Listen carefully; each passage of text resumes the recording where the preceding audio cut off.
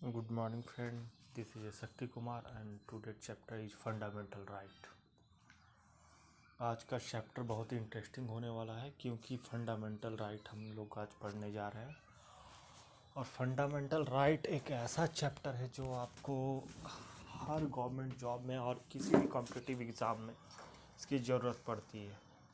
यही नहीं, आपको ये ज़रूरी नहीं है कि आपको कॉम्पिटिटिव एग्ज़ाम पास करना है, बट फंडामेंटल राइट के लिए आप अपने बेसिक जो नीड है लाइफ का, और जो हम लोग को कॉन्स्टिट्यूशन जो बेसिक फंडामेंटल राइट प्रोवाइड करते हैं, इसके बारे में हम लोग को बेसिक जानकारी आज मैं देने वाला हूँ।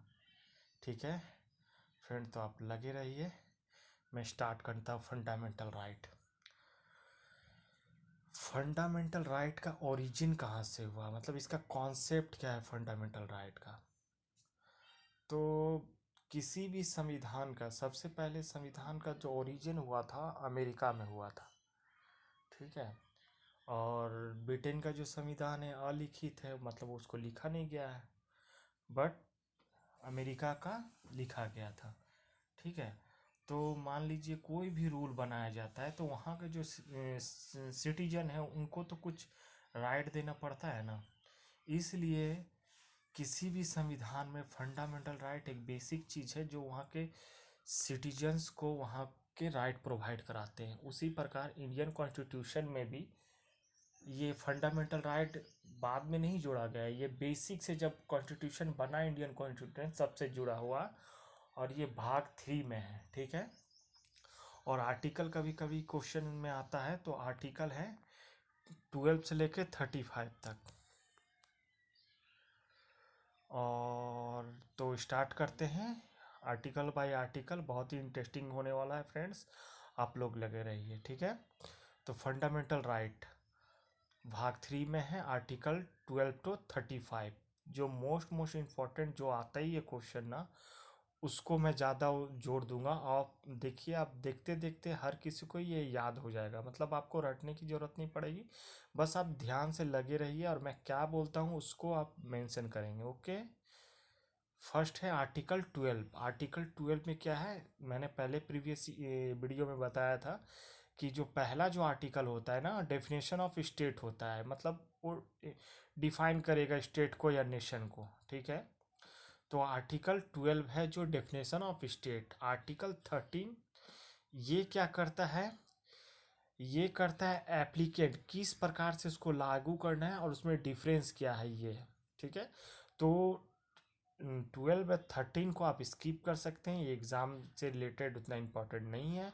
But now very very most important जो आर्टिकल स्टार्ट होता है, आर्टिकल 14 to 32। ओके।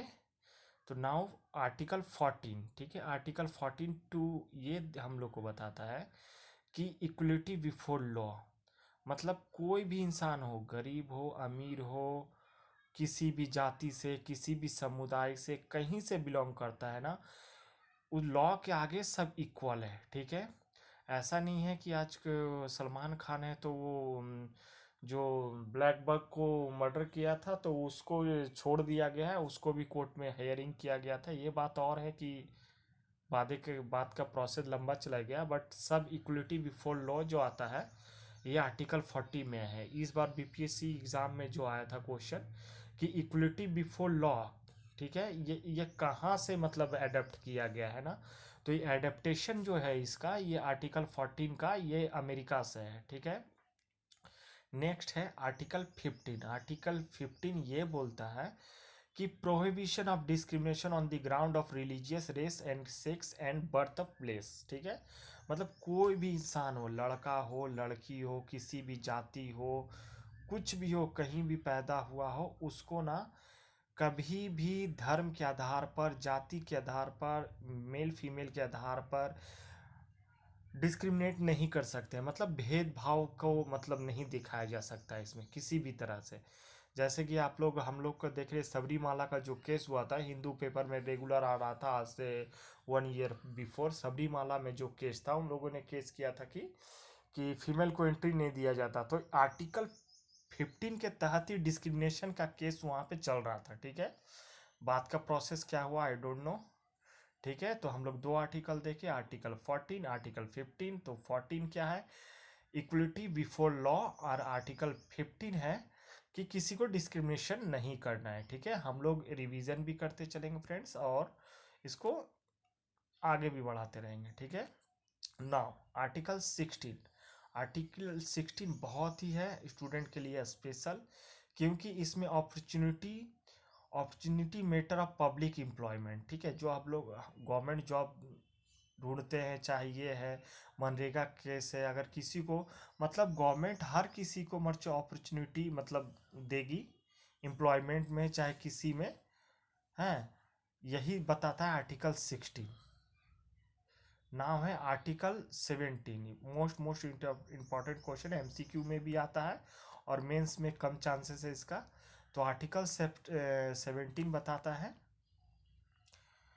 अनटचेबिलिटी, जो छुआछूत जो होता है, जिसके छुआछूत के कारण अभी महाराष्ट्र गवर्नमेंट, अभी झारखंड गवर्नमेंट में लॉ लाया गया है बहुत टाइप का। ठीक है, तो अनटचेबिलिटी जो आता है आर्टिकल 70 में आता है। ठीक है, तो हम लोग क्या क्या देखे, article 14 before law, equality before law, और 15 में डिस्क्रिमिनेशन, 16 में है अपॉर्चुनिटी ऑफ जॉब। ठीक है, फिर ये 17 अनटचेबिलिटी। ठीक है, और इंटरेस्टिंग फैक्ट बता रहे हैं फ्रेंड्स, आर्टिकल 15 का जो ओरिजिन है ना, ओरिजिन ये कहाँ से आया है, ये क्वेश्चन भी आया था। तो ये सबसे पहले जो ओरिजिन आया है ना इसका, तो आया है 1853 में। ओके, 1853 के जो आया था ब्रिटिश इंडिया का जो एक्ट आया है, उसमें आया था कि डिस्क्रिमिनेट नहीं किया जाएगा, उसी को अडेप्ट करके इस आर्टिकल में जोड़ा गया है, इसका अगर पास्ट देखा जाए तो। ठीक है, तो 14, 15, 16, 17 और नाउ 18।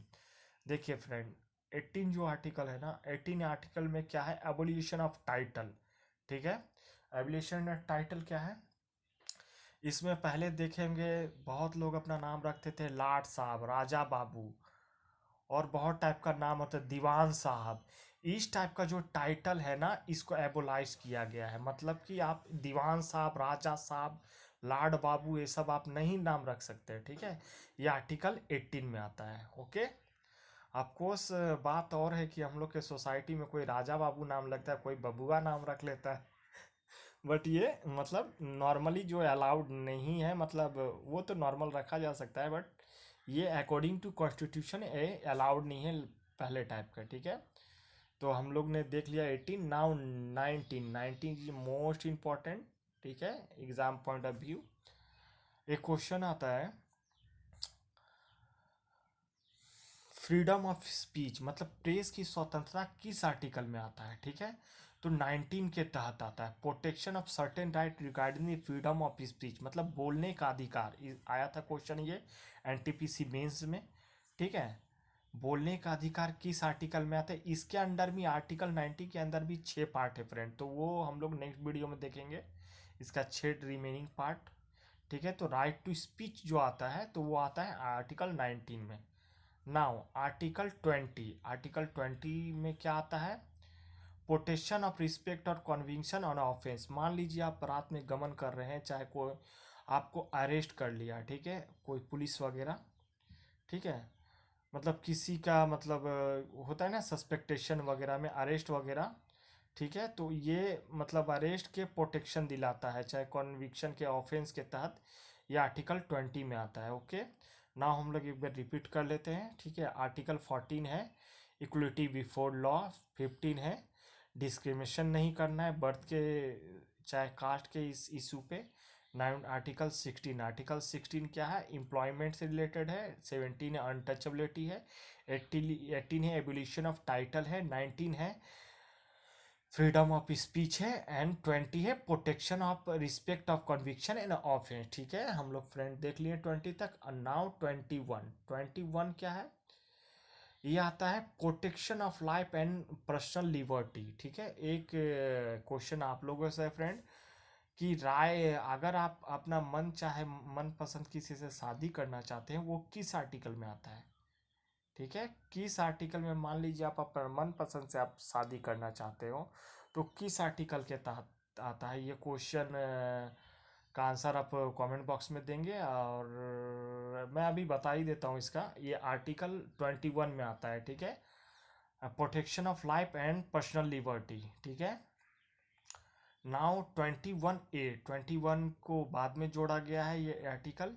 इसमें क्या है, राइट टू एलिमेंट्री एजुकेशन, मतलब बेसिक जो शिक्षा है ना, वो इस आर्टिकल में आता है 21A, ठीक है।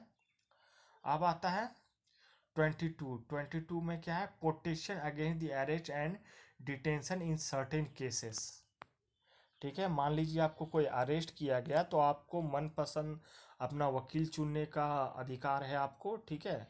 ऐसा नहीं कि आपको वकील से मिलने ही नहीं दिया जाएगा।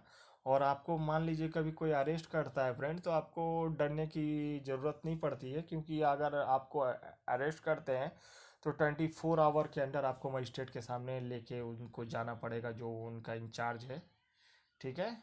इसलिए ज़्यादा घबराना नहीं है। नेक्स्ट है आर्टिकल 23।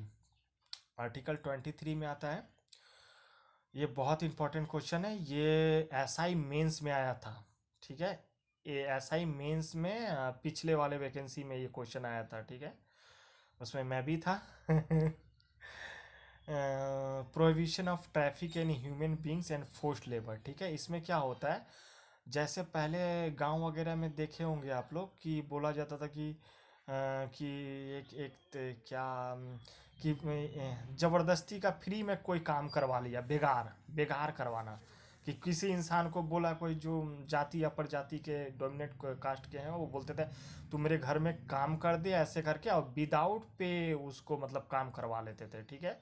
तो यही बोला जाता है 23 आर्टिकल में, जो provision of traffic in human being and forced labour, मतलब आप ज़बरदस्ती किसी को काम नहीं करवा सकते, ठीक है, वो उसको विदाउट पे भी बोला जाता है। तो ये 23 में, तो 23 एंड 24 दोनों ही मोस्ट इंपॉर्टेंट है।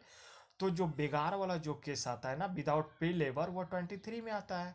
और जो 24 में आता है, ये मोस्ट इंपॉर्टेंट, ये भी क्वेश्चन आया हुआ है, provision of employment of children in the factory, मतलब 14 ईयर के जो एज से बिलो एज के बच्चे हैं, उसको आप फैक्ट्री में काम में नहीं रह सकते हैं, ये गैर कानूनी है, ठीक है। जो हम लोग के जो 2014 में जो नोबल मिला था कैलाश सत्यार्थी जी को, ये इसी से रिलेटेड था, आर्टिकल 40 से रिलेटेड। उन्होंने बहुत ही बच्चों को प्रोटेक्शन किया था, ठीक है, होल इंडिया, ठीक है, पूरा इंडिया में बहुत सारे बच्चे को प्रोटेक्शन किया था, ठीक है। तो उनको इसी के तहत आर्ट मलाला यूसुफजाई एंड कैलाश सत्यार्थी के 2014 को मतलब नोबेल प्राइज़ दिया गया, ठीक है। तो बोला जा रहा था कि बाप बेटी को, पाकिस्तान की बेटी और इंडिया का बाप को नोबेल प्राइज़ मिला है, ठीक है।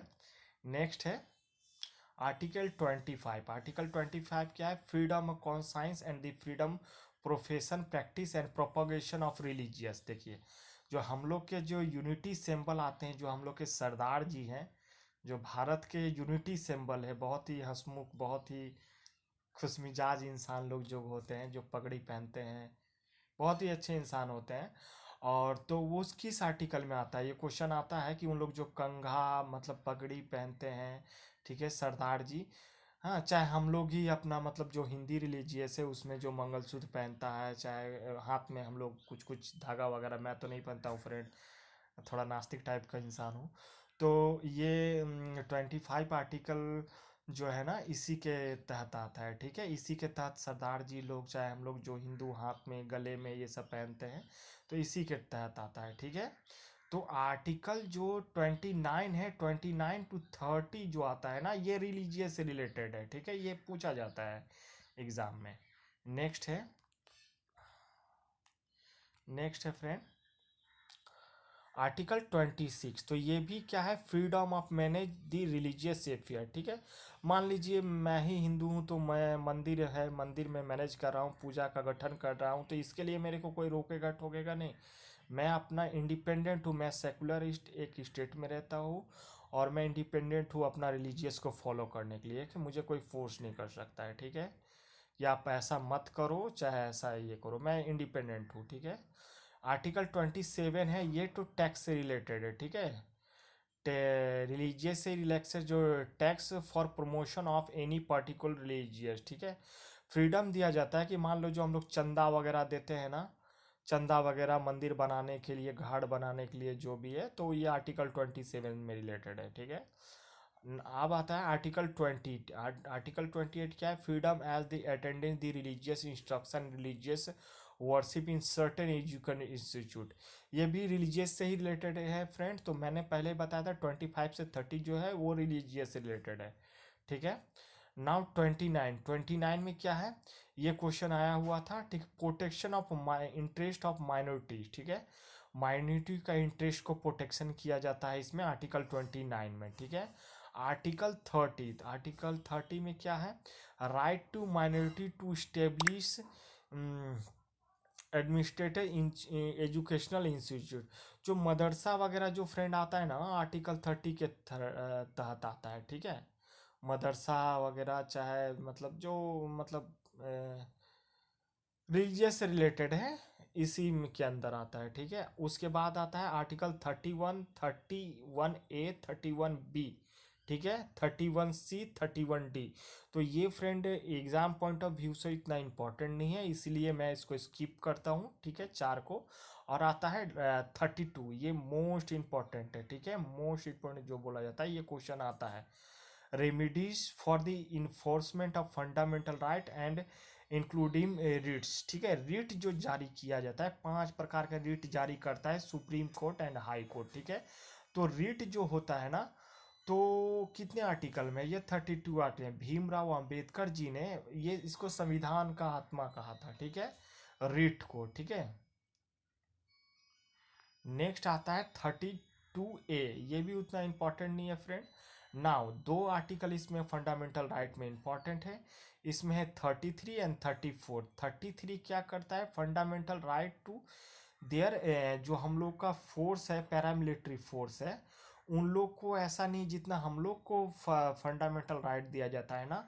आप किसी आर्मी वाले से, चाहे सॉरी आर्मी वाले से, पैरामिलिट्री फोर्स, या फिर आप स्टेट पुलिस वालों को पूछना, उन लोग को उतना मतलब ये नहीं दिया जाता है। एसोसिएशन बना सकते हैं पर वो फंडामेंटल राइट का डिमांड नहीं कर सकते कि मेरे को ऐसा, जैसा हम लोग को सीनियर सिटीजन को जितना उपलब्ध है ना, वो आर्टिकल 33 में आता है, उनको उपलब्ध नहीं है, ठीक है।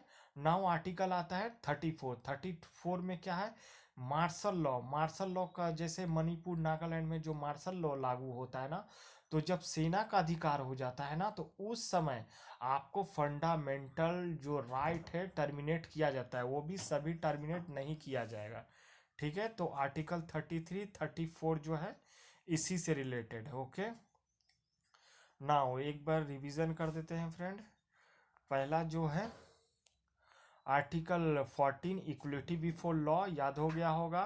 आर्टिकल 15 है डिस्क्रिमिनेशन से रिलेटेड है, रिलीजियस एंड बर्थ प्लेस से। आर्टिकल 16 जो है पब्लिक एम्प्लॉयमेंट से है।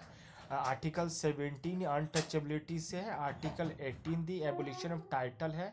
आर्टिकल 19 जो है ये है फ्रीडम ऑफ स्पीच है। आर्टिकल 20 है, ठीक है, कन्विक्शन फॉर ऑफेंस है। आर्टिकल 21 जो है liberty.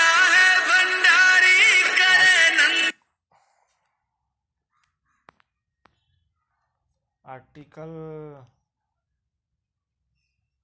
Article 21 protection of life and personal liberty है। 21 right to elementary education, right. Article 22 है अरेस्ट एंड डिटेंशन से प्रोटेक्शन दिलाता है हमको। आर्टिकल 23 या 24 दे फोर्स लेबर से है। आर्टिकल 21 बच्चों से लेबर फैक्ट्री में प्रोहिबिशन दिलाता है। आर्टिकल 25 से लेकर 30 रिलीजियस से रिलेटेड है। नाउ 30 से -29 एंड 30 दोनों माइनॉरिटी को इससे संबंधित है। नाउ आर्टिकल 33 हम लोग को फंडामेंटल राइट पैरामिलिट्री से संबंधित है। आर्टिकल 34 जो है martial art, okay. Thank you friend, आज का वीडियो फिनिश हुआ। इस नेक्स्ट टाइम हम लोग मिलेंगे एक नए चैप्टर के साथ। Thank you.